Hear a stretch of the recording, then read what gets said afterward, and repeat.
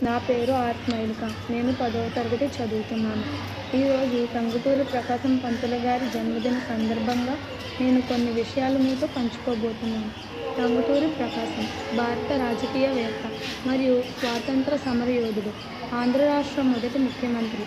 Tanguturi Prakasam Pantulu 1872 August 23, 1957 మే 20 సుప్రసిద్ధ స్వతంత్ర సమరయోధుడు. ఆంధ్ర రాష్ట్రానికి మొదటి ముఖ్యమంత్రి.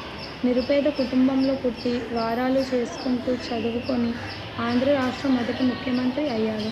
1940, 50 దశకాల్లో ఆంధ్ర రాజకీయాల్లో ముఖ్యమంత్రిగా వెలుగొందిన వ్యక్తుల్లో ప్రకాశం ఒకడు.